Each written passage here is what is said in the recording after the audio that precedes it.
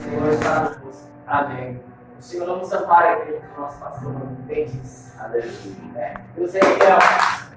O Senhor é interessante, como o nosso pastor disse, Deus não olha para multidões, mas a Bíblia diz que ele procura os verdadeiros adoradores. Que o adorem em espírito e verdade. Aleluia. Aleluia. Eu quero concluir, meditar com os irmãos do livro de Neemias. Neemias capítulo 2. Aleluia. Glória a Deus. Eu tenho uma palavra na madrugada no meu coração. Eu quero compartilhar com os irmãos. Aleluia. Livro de Neemias, capítulo de número 2, versículo 17, 18. Glória a Deus. Neemias, capítulo 2, versículo 17, número 18. Glória a Deus. Muito conhecido. Mas o Espírito Santo ele sempre revela algo. Aleluia! Aleluia!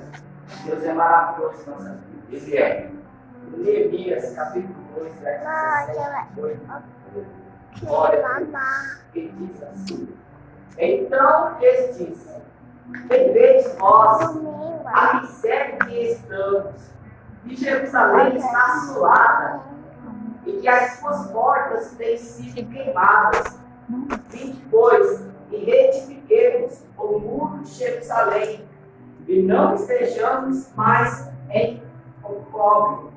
Então lhes declarei com a mão do meu Deus, de fora favorável, como também as palavras do rei. E ele me tinha dito. Então disseram: levantamos nós, edificamos, e esforçaram as suas mãos para o bem. Glória a Deus. Meus irmãos, eu não vou entrar muito na história, mas a gente sabemos que quando o povo de Israel, melhor dizendo, de Jerusalém, de Judá, eles foram levados cativos para a Babilônia, para o Império da Pérsia, ali sabemos pelo Nabucodonosor que levou cativo. Alguns ficaram para trás, ficaram em Jerusalém e Judá devido à idade, porque não interessava para o serviço de escravidão lá na Babilônia. Só que interessante que Deus havia feito uma promessa há muito tempo atrás, dizendo que o povo ia passar 70 anos em terras estranhas, sendo novamente escravizado, sendo envergonhado. Só que o interessante é que Deus ele dá uma sentença e ele dá um tempo para o povo também. E a gente vai observar na história que quando chega aos 70 anos de cativeiro, Deus vai se lembrar do povo. E Deus, sentindo saudade da adoração do povo, Deus vai colocar agora no coração do rei. E alguns povos já começam a voltar para Judá e Jerusalém. A gente vai ver que a primeira etapa que vem pelo governador Zorobabel. A segunda etapa pelo Esdras, que era escrivão, era escriba. E pela terceira etapa vem por Neemias. E a gente vai observar que, quando na segunda etapa de Esdras é levado o povo novamente para Judá e Jerusalém, vai chegar agora a notícia aos ouvidos de Neemias, como que estava a situação lá. Alguns estudiosos vão apontar que Neemias nasceu e se criou dentro da Babilônia. Só que interessante, meu irmão, que ele tinha algo dentro dele, que era adorar o nome do Senhor. Observe que ele não viu o templo, ele não viu as muralhas, só que ele já tinha uma identidade dentro dele. E essa identidade, a Babilônia não pode roubar de Neemias. E a nossa identidade, que é o céu, este mundo não pode tirar de nós. Nós temos uma identidade. E observe que Cristo pagou um alto preço por nós. Nós temos a marca de Cristo nas nossas vidas.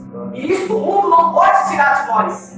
A gente vai vendo aqui também dentro da história que quando Neemias ouve o que está acontecendo em Jerusalém, a Bíblia diz que ele se entristece agora de um tal modo que ele vai agora orar e jejuar ao Deus dos céus. Aleluia! Neemias é o próprio escritor do livro de Neemias, porque ele se identifica como o copeiro do rei. E observe que ele vai agora jejuar, orar ao Deus dos céus. Ele está querendo deixar bem claro para quem fosse ler esse livro nas gerações futuras. Escrituras que chegou agora em nós. E só existe um Deus, que está nos céus. Glória a Deus. E é interessante que ele servia ao rei da Pérsia.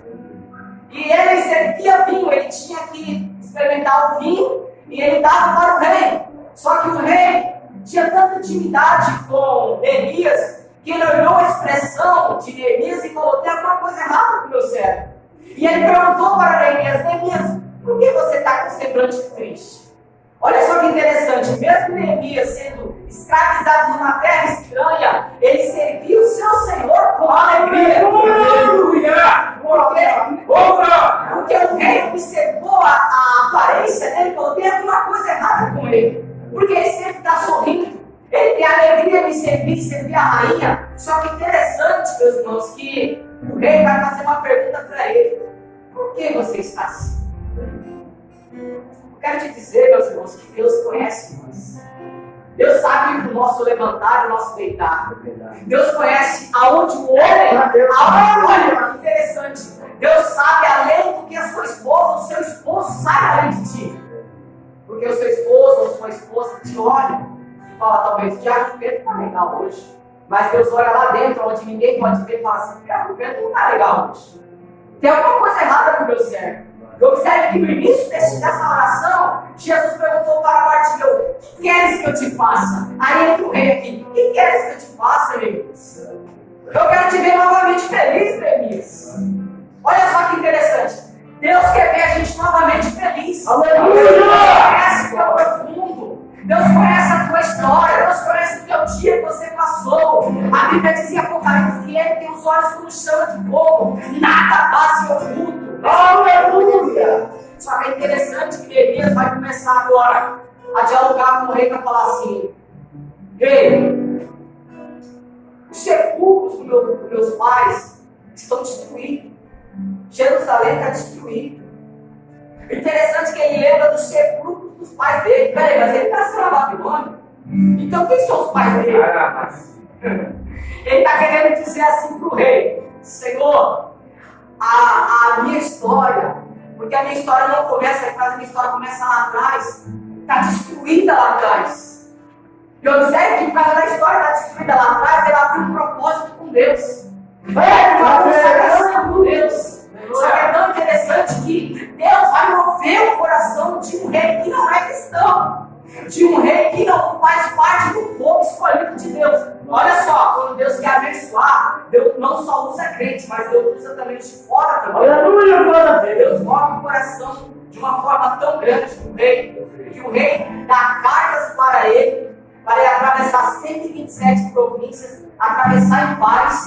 Ele também faz com que dê dinheiro para ele, guarda para ele poder chegar em Israel em paz. Aleluia! Prepara madeira, prepara coisas boas. E observe que quando Neemias, para mim começar a encerrar aqui, quando Neemias chega em Jerusalém, que ele olha para o desastre que está, a Bíblia diz que ele vai agora se entristecer também. Só que ele chega como copeiro, só que agora ele é governador dentro de Jerusalém. Só que interessante, meus irmãos, que quando ele chega em Jerusalém, vai ver que tem um povo que depende dele. Então ele não pode demonstrar que ele está triste também. E interessante que quando ele chega lá, que ele olha as ruínas, ele vê o muro destruído, ele vê que está tudo arrebentado, que o povo está passando necessidade, ele vai ter que chamar agora alguém, vai ter que convocar para uma grande obra. E essa grande obra tem um nome: restauração. Glória a Deus. Reconstruir. Aleluia! Aqui tem um pedreiro, ele pode ser um pedreiro. É mais fácil você construir do que reconstruir. É verdade. Porque para você construir, você vai acabar, fazer alicerce e construir. Agora, reconstruir, tem que tirar o entulho fora, fazer nova estrutura para construir. É um processo que muita gente não quer enfrentar. Só que Deus está colocando no meu coração para dizer para a igreja: é momento de nós restaurar. É noite de reconstrução. Eu quero te dizer que Jerusalém, vou contextualizar, Jerusalém pode ser a nossa casa. Jerusalém pode ser a nossa família. Mas Deus está dizendo que não tem nada perdido. É só você colocar a sua coragem que Deus é. Aleluia! Deus está nessa guerra, aleluia, Deus está nesse projeto.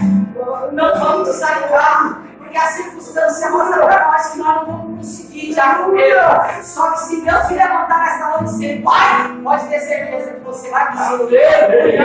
E quando Neemias ele vai olhar agora, ele vai ter que convocar o povo. Só que o povo fala assim, não dá, não tem jeito, está tudo destruído. Aí ele começa a contar o que Deus fez na vida dele. Ele fala, vocês sabem que eu sou um copeiro. Eu fui como rei há muitos anos. Deus tocou no coração dele que não é da nossa crença, um rei pagão, para nos abençoar. E ele diz que ainda vai manter a obra. Aleluia! Observe, meus irmãos, para encerrar. Observe que a atitude de um homem mudou a história de Jerusalém. Reconstruiu os muros. Não somente reconstruiu os muros, mas Neemias capítulo 5, se me fala a memória, vai dizer que ele ficou 12 anos ainda. Ele reconstrói os muros. E além disso, ele vai reconstruir a cidade e vai ajudando no tempo.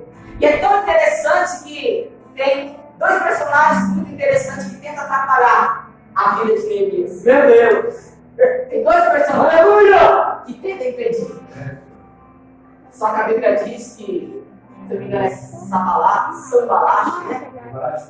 E Tobias. Sanballat, ele fazia parte do governo de Samaria. Então, se ele disse Jerusalém ser edificada, Jerusalém ia ser novamente um centro político. Então, ia atrapalhar os planos deles. Só que observe que, mesmo dois personagens tentando impedir Jerusalém de ser restaurada, Deus fez com que Jerusalém fosse restaurada. Não para a glória de Neemias, mas para a glória de Deus. É tempo de nós restaurarmos algo na nossa vida. É tempo de nós restaurarmos, reconstruir algo na nossa vida. Eu não sei se é a sua vida espiritual, eu não sei se é a sua família, eu não sei qual é a área que precisa ser restaurada, mas Deus está te chamando, está te convocando para uma grande obra. Aqui, Senhor! Escute bem, esta obra está nas tuas mãos. E Deus te Glória a Deus, aleluia. Aleluia.